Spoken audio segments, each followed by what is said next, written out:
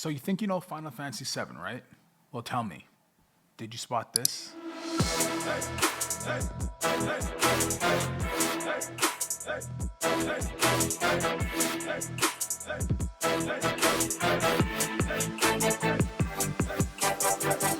All right, y'all, welcome back to the channel. Today what we're checking out is something relatively important. I like to have some of the videos that I'm going to be doing are going to be kind of scripted, so if I sound like a robot in them, my apologies. But other ones are going to be a little bit more free-flowing, walking you through, with me, my overall thoughts and ideas of what's going on in the game, how I think they're developing things, and what I actually personally think is going to be next. What I want to take a look at today is the Final Fantasy VII First Soldier trailer, a teaser for Part 2, and kind of expose a few things that I believe a lot of people are overlooking. And as you know, for me, I pay too much attention to detail. That's because, as per every video that I talk about, directors put pieces of information in trailers to deceive us. Everything that's recorded on a screen, you have to understand that a CGI guy put that in the video. It's not just like we're recording outside and a bird flies by. It's like, no, the CGI guy put a bird to fly by. So everything has a purpose, everything has a reason. And as long as you can get on board with that, we about to crush all of our predictions for Final Fantasy VII Part 3. And as you know, if you've been following this channel, Final Fantasy VII R Part 4, which is happening. Let's dive into the video today, and we're going to be checking out the trailer for Final Fantasy VII First Soldier.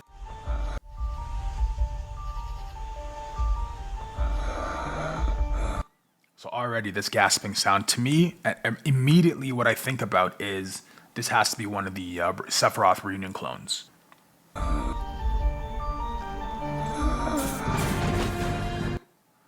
So you can see whoever had the camera or whoever was recording is now a Sephiroth zombie. How did they become a Sephiroth clone zombie? We don't really know.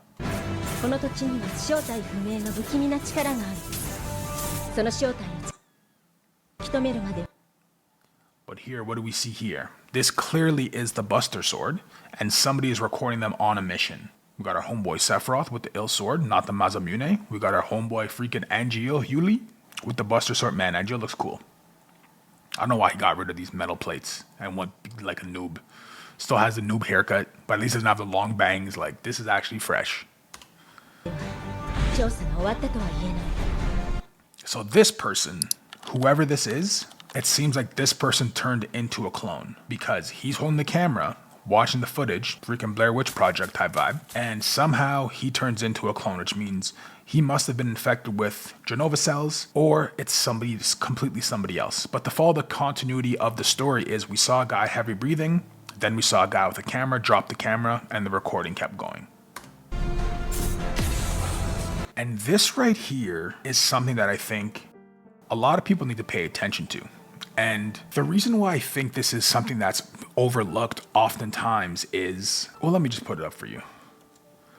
So this kind of scene right here, this purple hue, this purple smoke, this means Jenova. So whatever you believe or don't believe, it's not Jenova's not the big bad or is the big bad. On this channel, we believe Jenova is the big bad. And what you need to understand, or what people need to come to understand, is that the purple hue means under Jenova's control. When we see the soldier at the Shinra HQ in Remake, the first thing we see when they pick up the sword is a flash of Jenova's face with the mask. I'm guessing that's the original Jenova, what Jenova Beast kind of looks like. We see it's clearly that Jenova, and there's like a quick flash between the two people. The person, Sephiroth, the Flash, Jenova, and the clone. And when the clone comes out of it, there's purple smoke. That means Jenova is controlling it. At the end of Remake, when Sephiroth is absorbing the purple light, Sephiroth is under the control of Jenova. Sephiroth doesn't have purple, he's not a purple guy. We see Sephiroth with some of the purple slashes in Before Crisis when he slays Ifrit, when he saves Zack. And to me, chronologically, this scene right here is before that, because Sephiroth is still a kid here. Look who's gonna be in the smoke. For all the haters that say Hojo's not under Jenova's control, who's gonna be in the smoke? Looks like someone pretty damn familiar. Why would he be in Jenova's smoke? Is this just what Sephiroth is perceiving?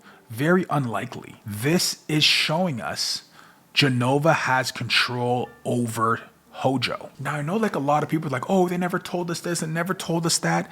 It's kind of similar to like life. A lot of people, what happened a couple years ago with the world, they went straight to, I need to follow anything they're saying right now. I need to follow anything they're saying right now. And they kind of get into this slumber of thinking for themselves. And they come to this conclusion that only if they tell us what's happening, that's the only way I can understand what's happening. And it's like, if you've been robbed before, and you're in a dark alley and someone takes your wallet, is it only a robbery after you call the police, or is it a robbery while it's happening?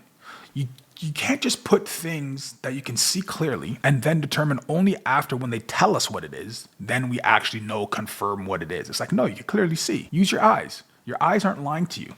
This guy is in a purple smoke with a freaking pink aura around him, which means Jenova's control. How much, like, what, like, even just if you think about other way, Jenova can become those we love, those we hate, those we fear. Does Sephiroth fear Hojo? Does Sephiroth love Hojo? Does Sephiroth hate Hojo? You have to answer those questions. I have my personal views, but this for me just means Jenova's controlling Hojo. And it's something I've been arguing for the longest time. Sephiroth was always good until the Nibelheim flashback when Jenova activated him. We have to understand that if we use the original storyline where Sephiroth fell into the lifestream and he absorbed the knowledge of the ancients and blah blah blah blah blah blah blah blah, who else would have been in the lifestream? Hojo wasn't there yet. Lucretia is not there yet because she's in the friggin' iceberg behind the waterfall. Jenova's head fell into the lifestream with Sephiroth. But let's just think, okay, Professor Gas would be in the lifestream, right? Or do you not think Professor Gas is in the lifestream?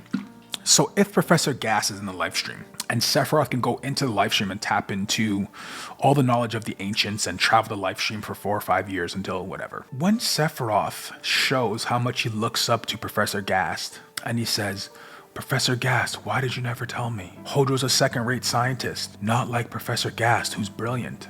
Paraphrasing, but when they see the raw material when they're climbing up Mount Nebel with Tifa and Zack, Cloud Zack, whatever. And do you not think that Sephiroth would have had a conversation with Professor Gast's memories to find out what the hell's going on? Who knows that Hojo's baby is in Lucretia at the time? So it's these things, like when you actually try to think about, oh, well, who would know? Why would they know? How did they know? We can't just assume, oh, Sephiroth is all of a sudden just a zombie and he's gonna be it's like, no, bro. Sephiroth's too smart. He's already shown us. He's way too smart. When things go wrong, he locks himself in the Shinra manor, reads all the books, boom, boom, boom, boom, boom, intellectual. After the missions in Crisis Core, locks himself in the Shinra HQ, reads all the freaking studies. So we know off the bat that Sephiroth's not just some dummy guy. He's trying to do right by his friends. He doesn't accept missions that he knows is going to directly harm his friends. And in the original game, the most overlooked scene is Sephiroth telling us, the gamer, I have orders. So whatever you guys say, you guys always seem to overlook that part where he says, I have orders. If somebody is receiving orders, that means there's somebody above them or somebody next to them that has some sort of authority over them to control their thoughts, control their ideas. But you always want to ignore that. Oh, it's just a typo, it's just a translation issue, it's from Japanese to English and there's a lot of time. No, bro. Why do you think they took that out of every single dialogue from the Nibelheim incident? Because that is going to be the reveal. That's going to be the reveal at the end of the game. Heard it here first. Man,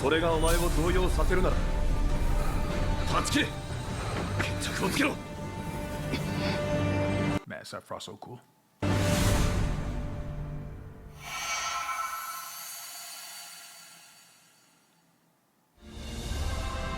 So that's essentially what I wanted to go over just today. Something quick, something easy, and just to lay the groundwork of where we're kind of building next with the next couple of videos.